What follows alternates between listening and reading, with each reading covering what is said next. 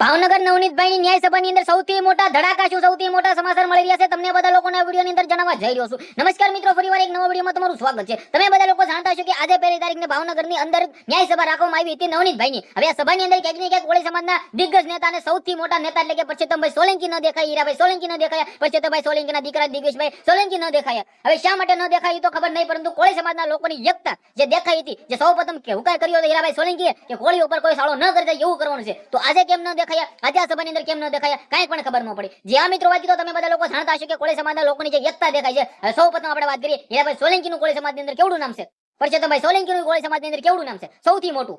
તેમની આગળ કોઈ હોય જ નહીં. એટલે કે કોળી સમાજમાં સૌથી મોટું નામ હોય તો હીરાભાઈ સોલંકીનું હાલના ટાઈમની અંદર છે, અથવા મિત્રો પરસોત્તમભાઈ સોલંકી બંને ભાઈનું છે. પરંતુ ક્યાંક ને ક્યાંક તે બંને ભાઈએ હુકાર કર્યો હતો કે ભાઈ નવનીતભાઈને ન્યાય અપાવો છે તો અપાવો છે, તો ક્યાંક ને ક્યાંક અપાવી દીધો. હવે ક્યાંક ને ક્યાંક આજની સભામાં શા માટે ન દેખાય ખબર નહીં, પરંતુ સૌથી મોટો ધડાકો એ કે હજારોની સંખ્યામાં કોળી સમાજના લોકોની સંખ્યા ઉમટી ત્યાં સભાની અંદર. અને ક્યાંક ને ક્યાંક પહેલા ડાયરો રાખ્યો હતો, નવનીતભાઈની એન્ટ્રી થઈ હતી, ચશ્મા પહેર્યા હતા.